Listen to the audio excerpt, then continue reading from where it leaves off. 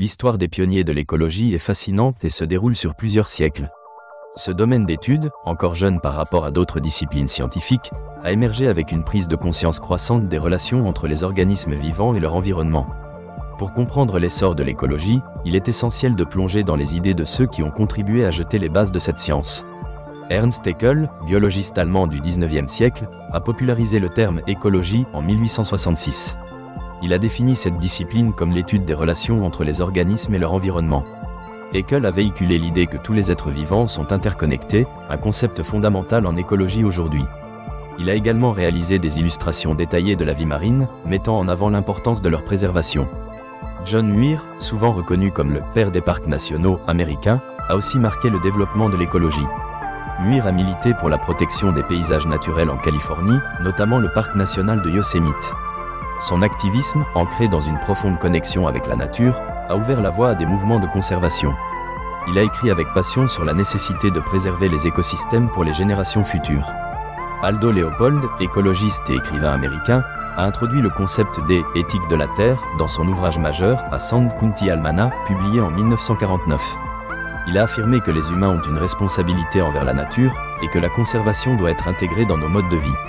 Léopold a mis en avant l'idée que la Terre est un organisme vivant où chaque espèce joue un rôle essentiel. Rachel Carson, biologiste et écrivaine, a eu un impact monumental sur le mouvement écologiste. Dans les années 60, elle a publié « Silent Spring », une enquête sur les effets néfastes des pesticides, notamment le DDT. Cet ouvrage a suscité une prise de conscience mondiale quant à l'impact des activités humaines sur l'environnement. Les critiques de Carson ont conduit à des changements législatifs importants, comme l'interdiction du DDT aux États-Unis. Son héritage inspire des générations d'écologistes. Ces pionniers ont souvent rencontré des obstacles dans leur quête pour sensibiliser le public aux questions environnementales. Leurs idées novatrices n'étaient pas toujours bien accueillies, mais leur détermination a fait évoluer les mentalités. Ensemble, ces voix ont joué un rôle crucial dans la mise en avant de la nécessité d'une coexistence harmonieuse entre l'homme et la nature. Les années 70 ont marqué un tournant pour l'écologie. Des événements comme le premier jour de la Terre en 1970 ont permis de rassembler les mouvements écologistes du monde entier. Ce jour-là, des millions de personnes ont exprimé leurs soucis pour l'environnement, donnant une voix collective à ceux en faveur d'un monde plus durable. Cet élan a également inspiré la création d'agences gouvernementales dédiées à la protection de l'environnement, comme l'Environmental Protection Agency, ou EPA, aux États-Unis. Au fil du temps, de nombreux scientifiques ont élargi notre compréhension des systèmes écologiques. Le travail de Daniel Jansen en Amérique centrale, par exemple, a mis en lumière l'importance de la conservation des forêts tropicales.